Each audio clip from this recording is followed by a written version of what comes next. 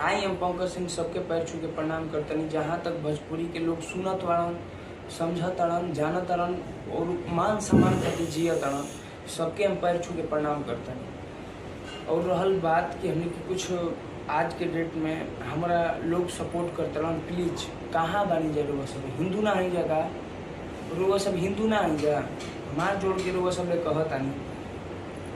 ई बताई कि हिंदू के कर्तव्य का ना समाज बांटे दी, ना कोनो बेटी बहन की इज्जत जाए दी, कहाँ बनी जा रुआ सब। समाज बटा गई बा, ठीक बा, सामाजिक मत बनी जा रुआ सब। समाज में हम ई जानता नहीं कि हम कौना खून से पैदा भइल बनी, हम का हैं, ठीक। तो हम मान सम्मान खातिर जिए खातिर कुछ भी कर सकते हैं।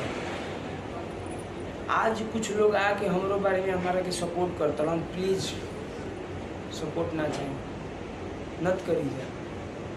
काहे कि एगो हमने के यहाँ जी वाली बेटी के बात भी है और हमें ही तरी दोबारा नहीं कूदल, हम बहुत कुछ लेके कूदल बनी। कुछ लोग हमारे पहले विवाद में कले रहन कि पंकज के दौड़ा के गोली मार देवे के चाहे, पंकज के दौड़ा के गोली मार देवे के चाहे, लाइव में ना मारे के चाहे। हम वो आदमी ले पूछल चाहता नहीं, दिग्गज आदमी ले का गलती के ले रही, का गलती के ले रही, गोली मारे वाला बात के हम का गलती के ले रही, ठीक बा। हम अपना भगवान रूपी जनता से कह चाहते हैं, हम दोबारा आग जौन लगेले बनी एक के बुताए नहीं के देवे के, और वह सब जितना जल्दी हो सके हमारा के सजा दिवाई जा।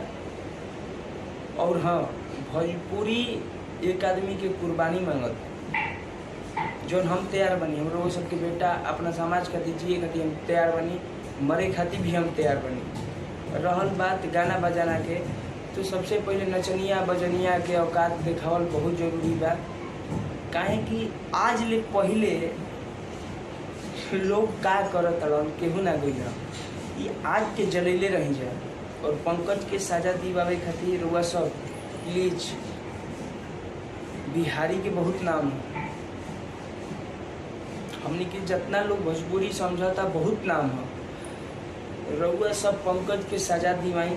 और रहल बात, ना अश्लीलता गाएंगे ना गाने देंगे, ना जातिवाद फैलाएंगे ना फैलाने देंगे। बस